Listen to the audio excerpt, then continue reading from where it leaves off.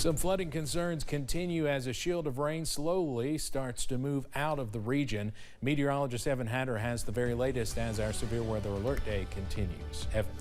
Well, Steve, still soggy in some places this evening, but the good news is the last of the showers and storms beginning to push out as we head through the evening. Well, there's a few more, though, trying to scoot on into our western counties. Let's go to the cameras right now. UVA-wise camera as we look over into southwest Virginia. Mid-60s right now. You see some of the fog coming off of the trees there, off of the mountains. Kind of a beautiful scene if you think about it, but it is a rather dreary scene at times. Yes, I-75 in London. You see those roadways drying out just a little bit. We're overcast, but dry at the moment. Pinpoint Doppler, well, the heaviest of the rain, the severe thunderstorms well off to the west, well off to the east, across portions of southwest Virginia. But the rain continues to diminish as it scoots off into the Big Sandy. That cold front still dragging a couple of showers with it as it closes in on the I-75 corridor, but we continue to stay mostly dry as we head through tonight. Temperatures remain in the upper 60s, low 70s around the mountains. Look at Lexington up to 80, by the way, as they are breaking out into sunshine. Upper 60s tonight. Showers and storms come to a merciful end. I'll have the very latest, though, on when we could see some more showers and storms and the potential for hot weather on the way. That's coming up in just a few minutes. Steve? All right, Evan, thank you. One person is dead after a crash on Interstate 75 in Whitley County earlier today.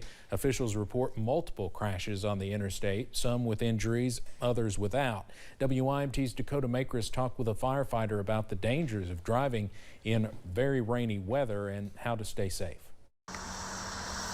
A rainy Monday caused issues on the I-75 corridor in Laurel and Whitley counties. It's typical when you'll go a long time without having rain, so we've been in a bit of a dry spell.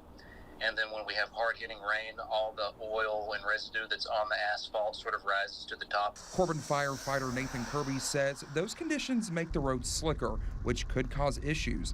The department responded to a deadly crash on Interstate 75 in Whitley County. He says in Laurel County, he knows of at least 3 crashes. People really underestimate how slick the road really is.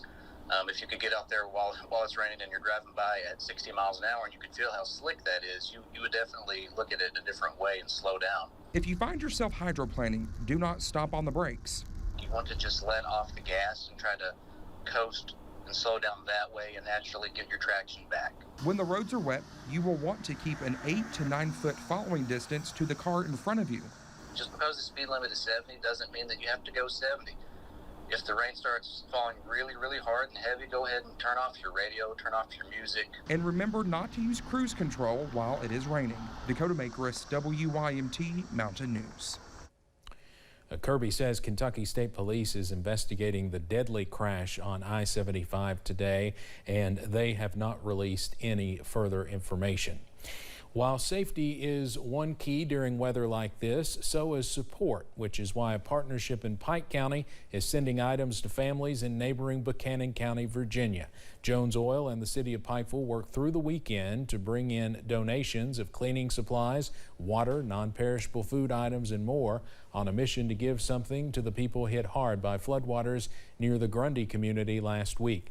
Those involved in accepting donations say it's been a blessing to see neighbors helping out during a time like this. Just because I know that they would help us if we needed it. The community outreach has been tremendous. The supplies that were donated and just the people who have said kind thoughts and donated items and came here and offered their help and assistance has just been tremendous. The donations are on the road now, heading toward those in need. 14 students from Western Kentucky University are biking their way across the United States to raise money for Alzheimer's research in Kentucky. This is the 10th year the fraternity has made the ride they call Bike for ALZ. This evening, the group is making their way to Hyden from Somerset. The group only has 546 miles to go on their 3,400-mile journey, with a goal of raising $112,000, and they currently stand at $96,000 raised. We hope to catch up with them on their journey through eastern Kentucky, and we'll have more tonight at 11. Today marks the official launch of the new 988 mental health crisis hotline in Kentucky. That hotline went live on Saturday, and officials say it's already making a difference. Jim Stratman has those details. Since 988 went live, officials say that more than 220 people have reached out for help while going through a mental health crisis.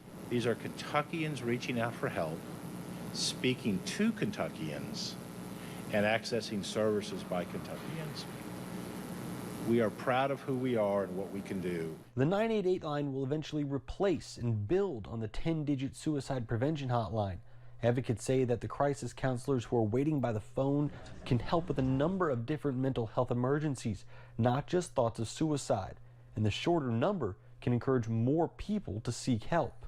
We all know about the 10-digit number. Some of us may have it memorized, but 988 is easy. And my hope, someday, soon, it is as common as 911. And there shall be no reluctance, there shall be no shame, and there shall be no stigma in calling 988 and asking for help. Advocates call this a big win for Kentucky and for mental health. You know, I don't think twice. If I fall and I think something's broken, I pick up the phone and I call 911. I know police, fire, EMS, whomever I need is going to be there and they're going to respond. We haven't had that for mental health emergencies in our communities before, but guess what? We have that now. Reporting in Frankfort, Jim Stratman, WKYT. Advocates say they will be pushing lawmakers to fully fund 988 in the upcoming session. Their plan would introduce a 70-cent fee for Kentuckians, which is the same funding method for 911. An Illinois man is facing charges after being arrested behind the wheel of a stolen van in Williamsburg. On Sunday, Whitley County Sheriff's deputies spotted a 2013 Toyota Sienna, which was reported stolen from a home on South 3rd Street in Williamsburg earlier, traveling north on US 25 near Angel Road. The driver, identified as Roberto Vargas of Chicago, was stopped and he was arrested by a Williamsburg police officer without incident. He's charged with theft by unlawful taking. Since at least 2020, city officials in Pikeville have been discussing concerns about connectivity with meetings and letters revolving around Suddenlink communications. WYMT's Buddy Forbes shares the latest development as the city takes the concerns to the courts. Many people in Pikeville have spent the last several years feeling disconnected. The customer service, when you call them or when you go to their store located in town, it's just very poor. I mean, it's very poor quality service. As concerns with Suddenlink Communications, the business once franchised to operate its cable service in the city, left them a bit static. They are captive customers. This one provider serves this portion of town, another one serves this portion of town. So there's not been a lot of overbuild. So you're very much at the mercy of that company. Those concerns, discussed over the years in open meetings and letters between the city and the company, reached a peak in 2020 when the city decided to make the company pay. The commission made the determination that they were in fact in default of their franchise on a number of different provisions of that franchise agreement, and liquidated damages started accruing. City Manager Philip Ellswick says years of trying to work things out, with the issues still rolling in, led to last week's decision, filing a complaint in district court. After allowing liquidated damages to accrue to over $1 million, with really no effort whatsoever to address the problems, that our only recourse left was to sue them to enforce the terms of our franchise. He says it is about making sure the people in the city are always able to see the clear picture. It is so important for the future of Pikeville and the future of this region. Something they paid for and something they deserve.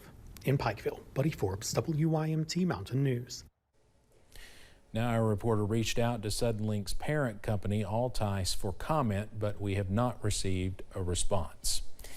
After being canceled the past 2 years due to COVID, the Kentucky Apple Festival in Johnson County is returning in a big way this year. Festival leaders announced the headliners set to perform at the festival, which kicks off on September 30th with American Idol winner Noah Thompson. Of course, we've already reported on Noah being at the Black Gold Festival a little bit earlier in September. A legendary band from Kentucky, Exile, will perform the next night at the Apple Festival.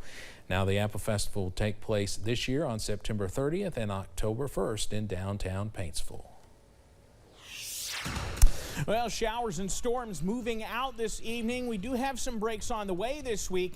That full breakdown is coming up next. A renewed effort to bring a homeless shelter back to Hazard. We hear from organizers about the important role shelters can play in getting folks back on their feet.